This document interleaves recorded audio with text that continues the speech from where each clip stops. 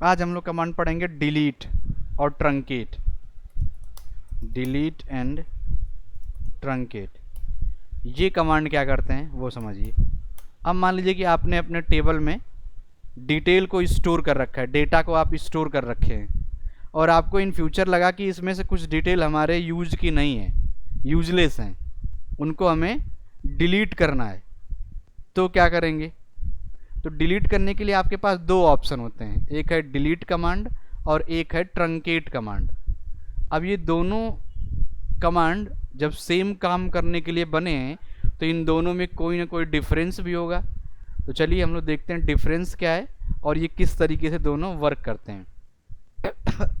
तो मान लीजिए कि आपको अपने टेबल की जितनी भी डिटेल हैं सभी की डेटा को डिलीट करना हो, और उस केस में आप डिलीट कमांड का यूज करना चाहते हैं। तो आपका डिलीट कमांड कैसे वर्क करेगा, उसके लिए लिखा जाएगा डिलीट फ्रॉम टेबल नेम।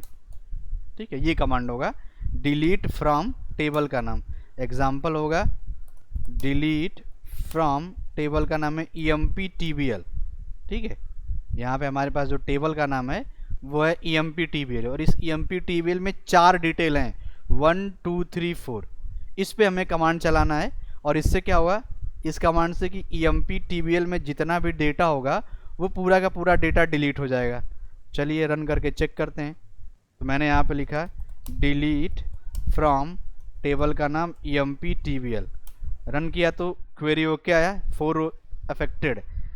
अब चेक करते हैं कि डेटा हमारा गया कि नहीं। Select asterisk from emptbl,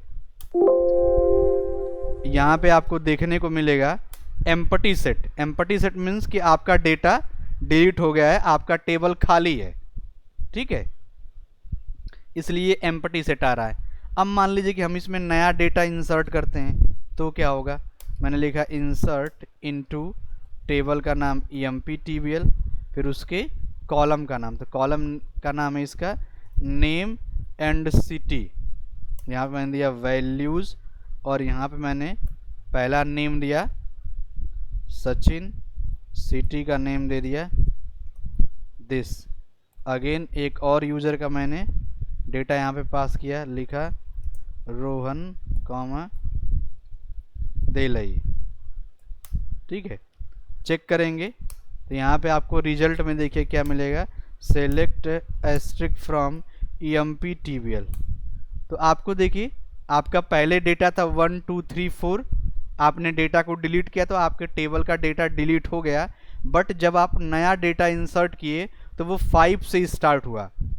means इससे क्या हुआ कि डिलीट कमांड आपके टेबल का डेटा तो डिलीट करेगा, बट आपके टेबल की इंडेक्सिंग को डिलीट नहीं करेगा, आपके टेबल के डेटा की पोजीशन को डिलीट नहीं करेगा। ये डिलीट कमांड कर रहा है। अब ट्रंकेट कमांड क्या कर रहा है वो देखिए, फिर आपको डिफरेंस समझ में आएगा। तो यहाँ पे लिखा मैंने ट्रंकेट टेबल, टेबल का नाम। ठीक है, एग्जाम्पल इसके लिए होगा ट्रंकेट टेबल, और टेबल का नाम है emptbl। तो ये भी कमांड क्या करेगा, आपके टेबल की पूरी डिटेल को डिलीट कर देगा। चलिए रन करके चेक करते हैं कि डेटा को डिलीट कर रहा है या नहीं। तो मैं यहाँ पे लिखा ट्रंकेट टेबल और टेबल का नाम emptbl। यहाँ पे आपका क्वेरी सक्सेसफुली चल गया। चेक करेंगे तो लिखिए सेलेक्ट एस्ट्रिक फ्रॉम emptbl, मतलब उस टेबल को चेक करेंगे कि डेटा है कि नहीं। तो यहाँ पे हमें क्या मिलेगा कि हमारा डेटा डिलीट हो गया, हमारा टेबल खाली हो गया। अब मैं ट्रंकेट करने के बाद नया डेटा इंसर्ट कर रहा हूँ, तो मैंने लिखा यहाँ पे इंसर्ट इनटू टेबल का नाम emptbl, और यहाँ पे मैंने दिया name comma email, sorry name comma city space values, और यहाँ पे मैंने दिया नेम, मैंने दिया यहाँ पे दिस, और सिटी का नाम कॉमा सेकेंड यूजर का नाम और उसकी सिटी का नाम। अब इस कमांड को रन करने के बाद आप यदि फिर से सेलेक्ट कमांड चेक करेंगे तो देखिए आपको क्या रिजल्ट मिलेगा emptbl के, कि जो आपका डेटा आ रहा है वो अगेन 1 से स्टार्ट हो रहा है। तो यहाँ पे अब आपको थोड़ा आइडिया मिला होगा कि डिलीट कमांड भी आपके टेबल के डेटा को डिलीट कर रहा है और ट्रंकेट कमांड भी आपके टेबल के डेटा को डिलीट कर रहा है, लेकिन जो डिलीट कमांड है वो केवल और केवल डेटा को डिलीट कर रहा है, इंडेक्सिंग को, पोजीशन को या डेटा के नंबरिंग को डिलीट नहीं कर रहा है। जबकि आपका जो ट्रंकेट कमांड है वो डेटा भी डिलीट कर रहा है और साथ ही साथ इंडेक्सिंग भी डिलीट कर रहा है। अगर इसको एग्जाम्पल के रूप में हम लोग समझें तो आपके टेबल में मान लीजिए 5 डेटा है, 1 2 3 4 5। यदि आप डिलीट कमांड चलाएंगे तो आपके 5 के 5 डेटा डिलीट हो जाएंगे। बट जब आप नया डेटा इंसर्ट करेंगे तो उसकी जो आईडी होगी, उसका जो नंबर होगा वो 6 से ही स्टार्ट होगा, या जो भी लास्ट रहा होगा उससे एक आगे का। लेकिन यदि यही आप काम ट्रंकेट से करते हैं और आपके टेबल में 5 डेटा है तो वो 5 के 5 डेटा ट्रंकेट से भी आपके डिलीट हो जाएंगे। बट जब आप नया डेटा इंसर्ट करेंगे तो अगेन वो 1 से स्टार्ट होंगे। तो ये डिफरेंस है आपके डिलीट और ट्रंकेट में। एक और डिफरेंस है डिलीट और ट्रंकेट में, वो क्या है उसको समझिए। यदि मान लीजिए कि हमारे टेबल में ये 2 डेटा है, इसमें से हम किसी एक डेटा को डिलीट करना चाहते हैं तो हम क्या करेंगे। ऑल डेटा के लिए तो हमारे पास ऑप्शन है ही डिलीट और ट्रंकेट, लेकिन हम किसी एक सिंगल डेटा को डिलीट करना चाहते हैं तो सिंगल डेटा को डिलीट करने के लिए आपके पास ट्रंकेट ऑप्शन नहीं है। आप सिंगल डेटा केवल और केवल डिलीट का यूज करके ही कर सकते हैं। तो ये भी एक डिफरेंस है कि ट्रंकेट कमांड आपके सारे डेटा को डिलीट कर सकता है जबकि सिंगल डेटा को डिलीट नहीं कर सकता है, और जबकि आपका डिलीट कमांड सिंगल डेटा भी डिलीट कर सकता है और ऑल डेटा भी डिलीट कर सकता है। ये डिलीट कमांड सिंगल डेटा कैसे डिलीट करेगा वो देखिए।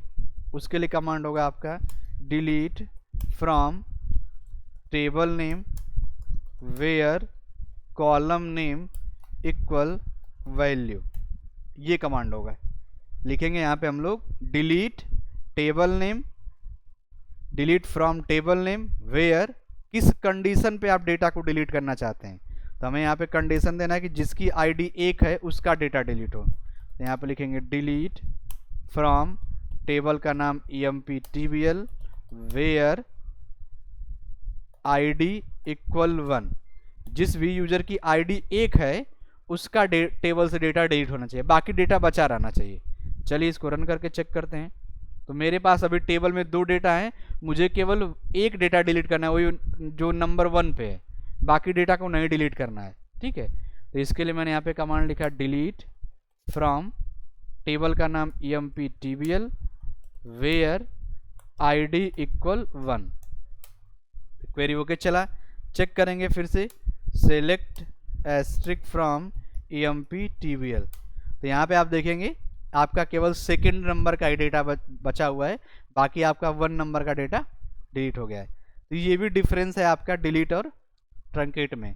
डिलीट कमांड आपका सिंगल डेटा डिलीट कर सकता है जबकि ट्रंकेट कमांड आपका सिंगल डेटा डिलीट नहीं कर सकता है। ठीक है, अब देखिए इसमें आगे, अब जो हम लोग नेक्स्ट कमांड पढ़ेंगे वो है हमारा अपडेट।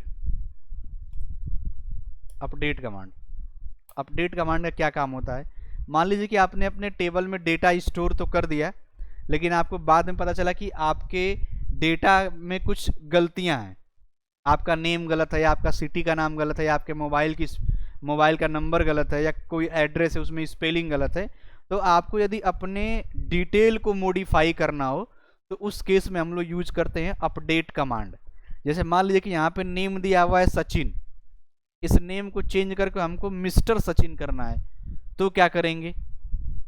तो इसके लिए यहाँ पे आपका अपडेट कमांड यूज होगा। अपडेट कमांड कैसे लिखा जाता है, लिखा जाता है update table name set keyword column name equal value.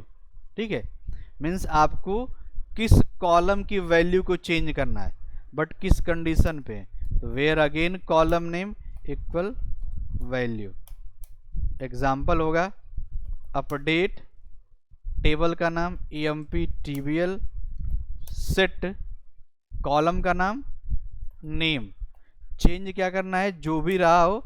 अब मिस्टर शुभम, क्या नाम था, मिस्टर सचिन, यहाँ पे मैंने मिस्टर सचिन कर दिया, बट किस कंडीशन पे, वेयर आईडी इक्वल टू, जिस भी यूजर की आईडी 2 है उसका नाम पहले कुछ भी रहा हो अब चेंज होकर के मिस्टर सचिन हो जाना चाहिए, और एम्प्लॉय टेबल में ऐसा होना चाहिए।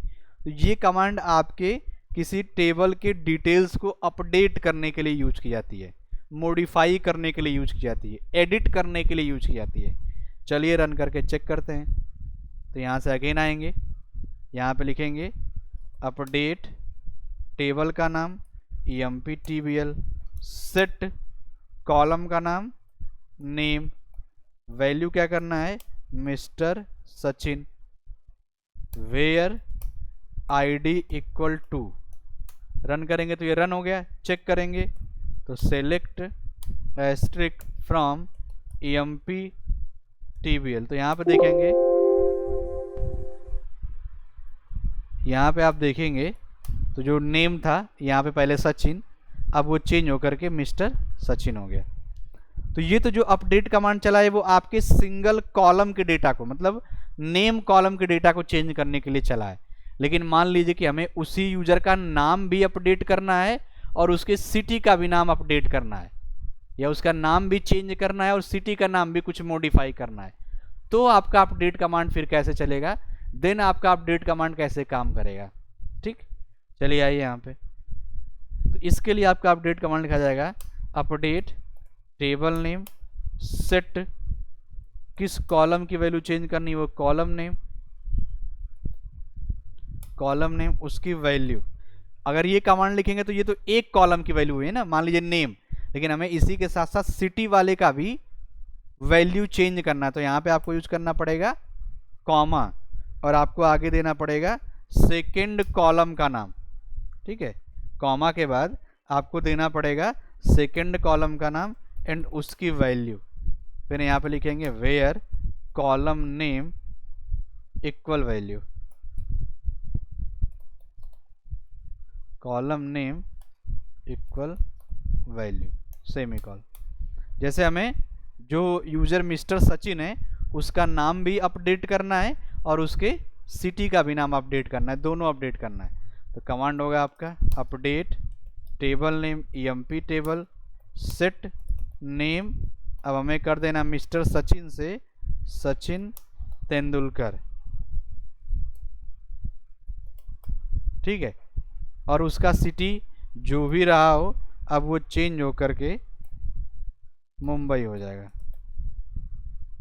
ठीक है, लेकिन यहाँ पे फिर कंडीशन भी देना पड़ेगा, किस कंडीशन के भी यहाँ पे where id equal two, means जिस यूजर की id 2 है उसका नाम पहले जो भी रहा हो अब चेंज होकर के सचिन तेंदुलकर हो जाना चाहिए, और उसकी सिटी पहले कुछ भी रही हो अब चेंज होकर के मुंबई हो जानी चाहिए। ठीक है, तो ये कमांड है आपका वन टाइम में दो कॉलम के वैल्यू को अपडेट करने का। ऐसे ही आपको और भी कॉलम की वैल्यू अपडेट करनी होगी कि मान लीजिए नेम, मोबाइल, ईमेल, पासवर्ड सब करना है, तो बस आप कॉलम नेम के बाद वैल्यू और वैल्यू के बाद आप कॉमा देते जाइए। कॉमा देने के बाद आपको अगले कॉलम का नाम लिखते चले जाना है। ठीक है, आपकी डिटेल अपडेट हो जाएगी। इसको भी हम लोग चेक कर लेते हैं चला करके ये चल रहा है कि नहीं। तो यहाँ पे अगेन मैं आ गया, मेरे पास ये डिटेल है, ये नाम है और ये सिटी का नाम है, ये दोनों चेंज करना है। तो मैंने लिखा है यहाँ पे update table name, set name मैंने कर दिया सचिन तेंदुलकर। ठीक है, कॉमा सिटी क्या कर देना है, जो भी पहले रहा उससे change, where id equal two. तो ये आपका कमांड चल गया। चेक करेंगे सेलेक्ट करके, सेलेक्ट एस्ट्रिक फ्रॉम टेबल का नाम emptbl। तो यहाँ पे आप देखेंगे कि पहले उसका नाम मिस्टर सचिन था, अब चेंज होकर के सचिन तेंदुलकर हो गया। पहले उसका सिटी जयपुर था, अब चेंज होकर के वो मुंबई हो गया। तो ये जो कमांड आपका चला है ये कमांड है किसी टेबल के अंदर जो डेटा आपका रखा हुआ है, टेबल के अंदर डेटा, उसको अपडेट करने का।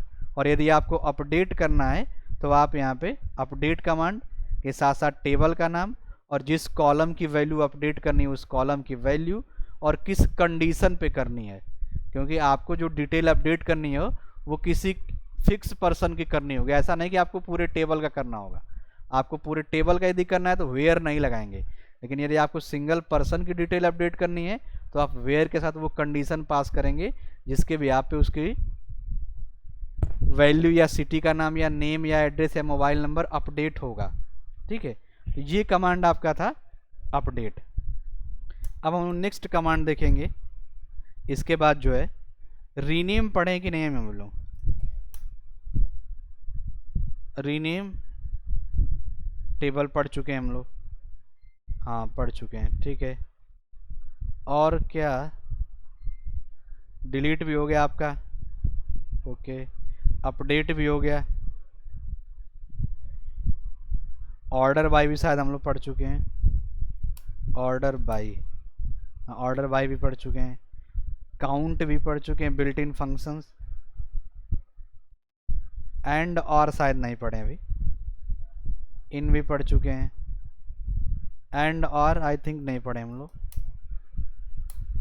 हाँ चलिए, नेक्स्ट जो कमांड है वो है एंड और। तो यहाँ पे हमारा जो नेक्स्ट कमांड है वो है एंड और नॉट, ये तीन कमांड, ठीक है। एंड और नॉट, एंड और नॉट आपका कैसे चलता है वो देखिए। तो अभी हमारे टेबल में एक डेटा है, एक दो डेटा और मैं इंसर्ट कर लेता हूँ। इंसर्ट इनटू, टेबल का नाम EMP टेबल, दोनों कॉलम का नाम नेम कॉमा सिटी, स्पेस यहाँ पे दिया मैंने वैल्यूज़, और यहाँ पे मैंने दे दिया एक अदर नेम, सिटी मैंने दे दिया दिस, कॉमा यहाँ पे मैंने एक और नेम दे दिया, और यहाँ भी सिटी का मैंने नाम दे दिया, ठीक है। इसको मैंने रन कर लिया। तो ये तीन डिटेल हमारे पास हैं, 2 3 4। अब हमें इस पर क्या करना है, हमें एंड और नॉट चलाना है। तो यहाँ पे एंड और नॉट का वर्क होता है, किसी एक यूजर की डिटेल सेलेक्ट करनी है बट दो कंडीशन के भी आप पे, जहाँ भी एक से ज़्यादा कंडीशन हो। जैसे यहाँ पे हम लोग के पास क्या था, एक कंडीशन केवल दिया जा रहा है ना, वेयर ID इक्वल टू, मतलब ये एक कंडीशन है कि जिसकी ID 2 है उसका ये चीज़ हो जाए, उसका ये डेटा अपडेट हो जाए, उसका ये डेटा सेलेक्ट हो जाए। लेकिन आपको यदि मान लीजिए कि किसी भी यूजर के दो कंडीशन के भी आप पे आपको डेटा सेलेक्ट करना हो, जैसे यहाँ पे जिस यूजर का ID 3 है और जिस यूजर का नाम मोहन है, ये दो कंडीशन दी जाए तो डेटा सेलेक्ट हो, तो वहाँ पे आपका एंड और यूज होता है। देखिए कमांड कैसे लिखा जाता है, select asterisk from table name where column name equal value and column name equal value, ये कमांड होगा। Select asterisk from table name where column name equal value and column name equal value. Example की बात करें तो लिखेंगे select asterisk from, table का नाम EMP table where ID equal 3 and name equal Mohan. तो यहाँ पे दो कंडीशन दी गई है एक ही यूजर के डेटा को सेलेक्ट करने के लिए, कि जिस यूजर की ID 3 और नेम मोहन हो उसी का डेटा सेलेक्ट हो। चलिए रन करके देखते हैं। तो जहाँ भी एक से ज़्यादा कंडीशन की बात आती है वहाँ पे आपका एंड ऑपरेटर यूज होता है। तो मैंने लिखा select asterisk from EMP table where ID equal 3 and name equal Mohan. इसको रन करेंगे तो ये आपका डेटा आ जाएगा। ऐसे आपको यदि 3 कंडीशन देना होता तो अगेन आप एंड ऑपरेटर का यूज करते और सिटी लिखते गाजीपुर, तो वो डेटा सेलेक्ट होकर के आ जाता है। बात करते हैं यदि और की, और कैसे वर्क करता है, तो और भी एंड के सिमिलर ही वर्क करता है। कमांड की बात करें तो कमांड में कोई डिफरेंस नहीं है। यहाँ भी लिखेंगे सेलेक्ट एस्ट्रिक फ्रॉम, टेबल का नाम where column name equal value जहाँ पे एंड था वहाँ पे केवल और हो जाएगा। इतना सा डिफरेंस बस होता है, ठीक है। बट एंड और में एक डिफरेंस भी है। वो क्या डिफरेंस है वो मैं अभी आपको बता रहा हूँ। तो यहाँ पे लिखा मैंने EMP-TBL where column name equal 3 और नेम इक्वल मोहन। ये दोनों कमांड मैंने एंड और को एक जैसा लिखा है, बस चेंज है तो क्या है, यहाँ पे एंड ऑपरेटर है और यहाँ पे और ऑपरेटर है, बस डिफरेंस ये है। दोनों से आपको अभी सेम रिजल्ट मिलेगा, बट दोनों में डिफरेंस क्या है वो समझिए। यदि आप एंड ऑपरेटर का यूज करते हैं तो एंड ऑपरेटर के केस में ये होता है कि आप जितना भी कंडीशन देंगे, जैसे हमने यहाँ पे 2 कंडीशन दिया है, तो ये दोनों कंडीशन 100% ट्रू होने चाहिए। मतलब ID 3 ही होनी चाहिए और नाम मोहन होना चाहिए, तभी डेटा सेलेक्ट होकर के आएगा। यदि इनमें से कोई भी एक कंडीशन गलत होती है तो आपका एंड ऑपरेटर एम्प्टी डेटा देगा, मतलब उसको डेटा नहीं मिलेगा। जबकि यही और में अपोजिट होता है।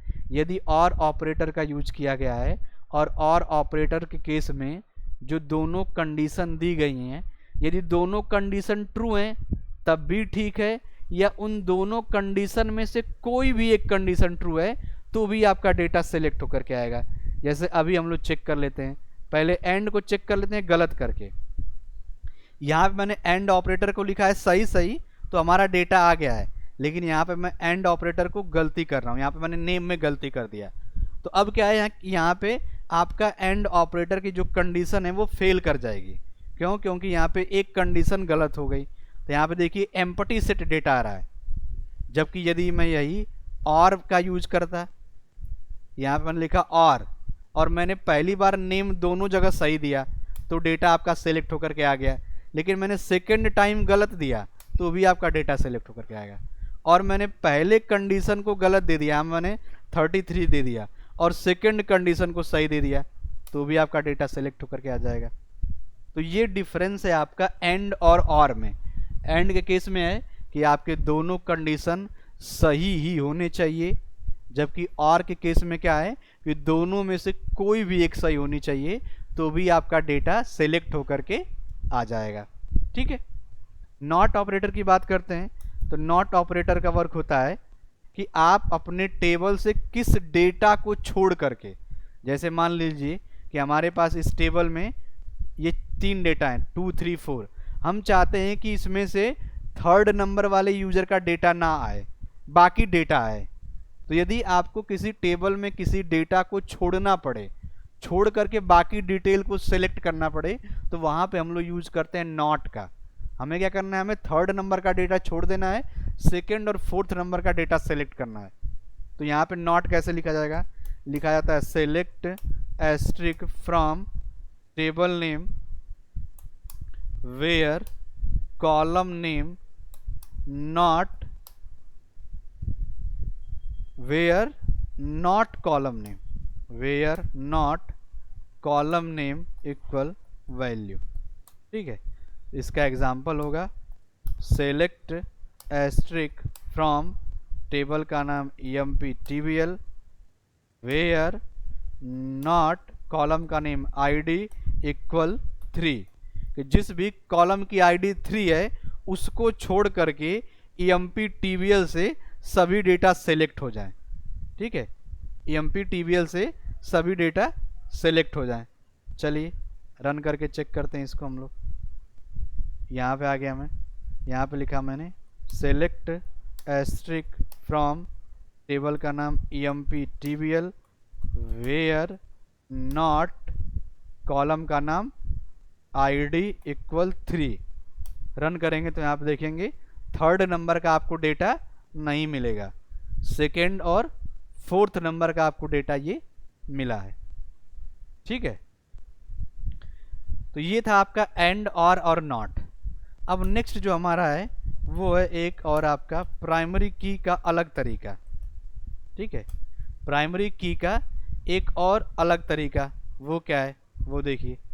उसके लिए कैसे लिखेंगे, उसके लिखते हैं क्रिएट टेबल, टेबल का नाम, फिर यहाँ पे कॉलम का नाम, उसका डेटा टाइप, एंड उसकी साइज, और यहाँ पे देते हैं auto under score increment comma second column का नाम, उसका डेटा टाइप एंड उसकी साइज। ऐसे ही थर्ड कॉलम का नाम, उसका डेटा टाइप और उसकी साइज, कॉमा यहाँ पे प्राइमरी की और यहाँ पे कॉलम का नाम। ये भी एक तरीका है प्राइमरी की को बनाने का। ठीक है, एक तो ये तरीका है कि डायरेक्ट आप यहाँ पे प्राइमरी की स्पेस दे करके लिख दीजिए, या आप इस तरीके से भी प्राइमरी की को बना सकते हैं। ठीक है, चलिए इसके लिए एग्जांपल देखते हैं। तो मैंने एग्जांपल लिया, यहाँ पे लिखेंगे क्रिएट टेबल, टेबल का नाम है आपका मान लीजिए REG, मैं नया एक टेबल बना रहा हूँ। यहाँ पे दिया मैंने REG underscore ID, data type int, मैंने लेंथ दिया 5, और यहाँ पे दिया मैंने ऑटो अंडरस्कोर इंक्रीमेंट। फिर यहाँ पे दिया मैंने REG underscore name, data type मैंने दिया वैरकर और लेंथ दे दिया 100, कॉमा REG अंडरस्कोर सिटी वैरकर और यहाँ पे मैंने लेंथ दे दिया अगेन 100, कॉमा यहाँ पे दिया मैंने REG underscore mobile, data type varchar और यहाँ पे मैंने लेंथ दे दिया 15, अगेन कॉमा, और यहाँ पे लिखा मैंने प्राइमरी स्पेस की और यहाँ पे दे दिया मैंने REG underscore ID parenthesis and semicolon. तो ये आपका एग्जाम्पल होगा। ठीक है, इसको रन करके चेक करते हैं, देखते हैं हमें क्या रिजल्ट मिलता है। तो यहाँ पे लिखा मैंने क्रिएट टेबल, टेबल का नाम REG, यहाँ पे दिया मैंने REG underscore ID, data type int, length मैंने दिया 5, और यहाँ पे लिखा मैंने auto underscore increment, comma REG underscore name, data type varchar और यहाँ पे मैंने लेंथ दे दिया 100, again comma REG underscore city, data type varchar, again length दे दिया मैंने 100, कॉमा REG अंडरस्कोर मोबाइल और यहाँ पे मैंने दे दिया वैरकर और लेंथ दे दिया मैंने यहाँ पे 15 और सिट, कॉमा मैंने यहाँ पे दे दिया प्राइमरी की और यहाँ पे मैंने पास कर दिया REG underscore ID and then parenthesis semicolon. तो ये आपका चल गया। चेक करेंगे DESC टेबल का नाम REG, तो यहाँ पे आपको देखने को मिलेगा कि ये आपका कंप्लीट टेबल ये क्रिएट हो गया। ठीक है, तो इस तरीके से भी आप टेबल को बना सकते हैं, इस तरीके से भी आप टेबल को रन कर सकते हैं। अब आपके अपने कुछ क्वेश्चंस हैं तो आप पूछिए। मेरे एंड से लगभग डेटाबेस के जो कमांड्स हैं वो सभी मैंने बता दिया है। आपका कोई क्वेरी हो तो आप पूछ सकते हैं, मैसेज के ज़रिए आप जो है कि अपना माइक ऑन करके आप पूछ लीजिए, तो मैं आपके एक एक क्वेश्चन का आंसर दे देता हूँ। किसी का कोई क्वेरी है तो पूछिए।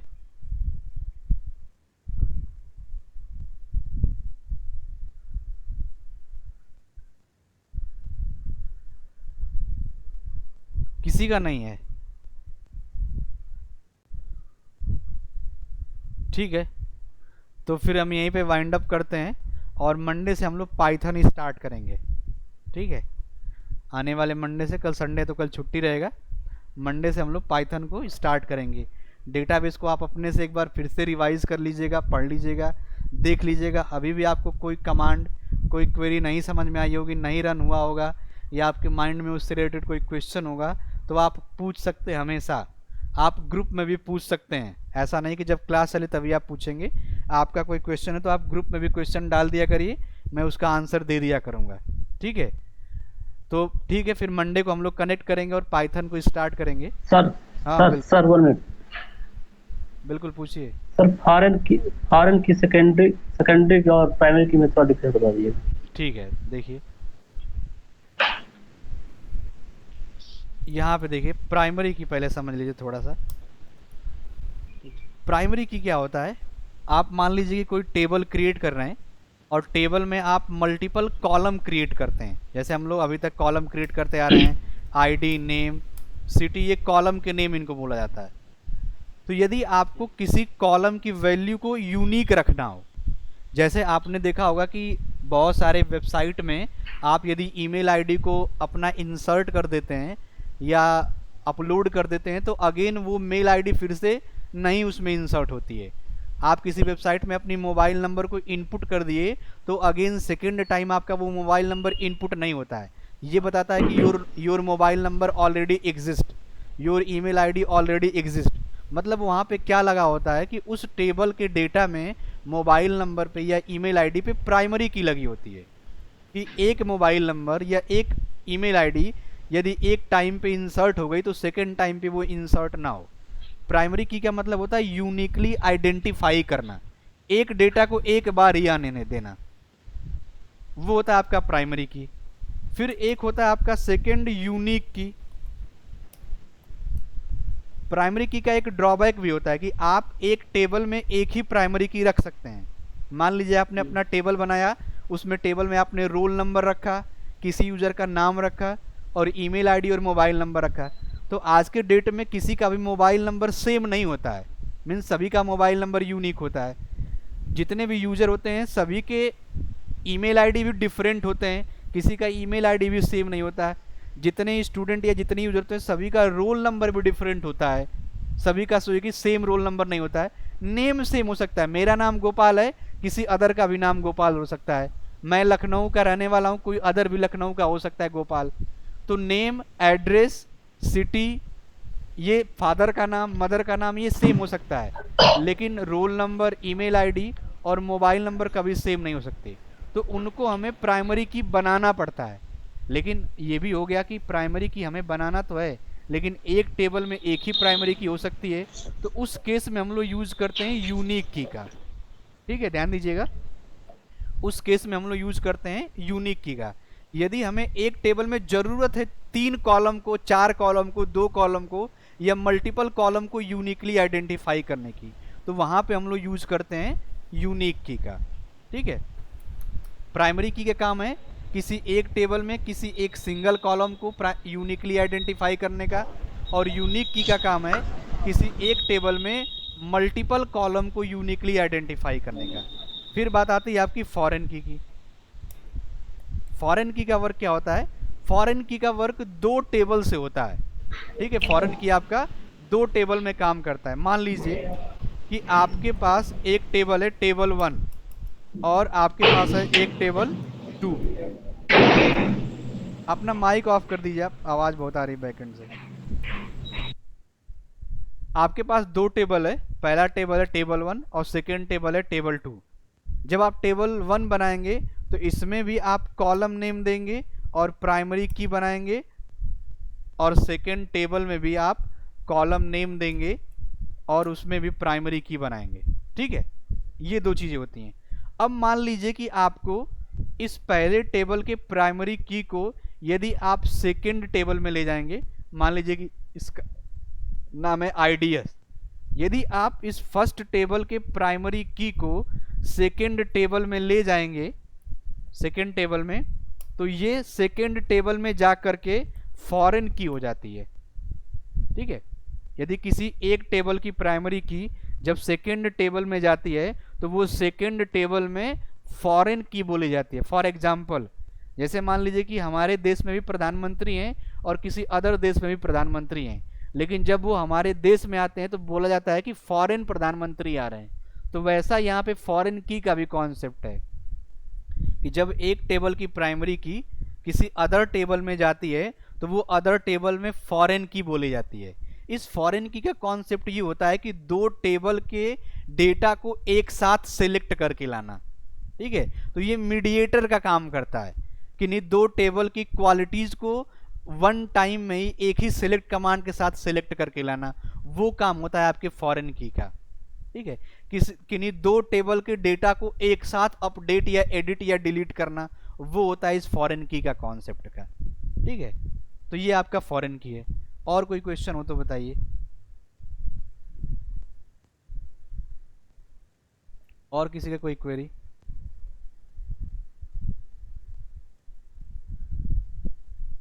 ठीक है, तो यहीं पे हम लोग वाइंड अप करते हैं और मंडे को फिर से कनेक्ट करेंगे और पाइथन को स्टार्ट करेंगे। ठीक है, धन्यवाद सभी का। Thank you everyone.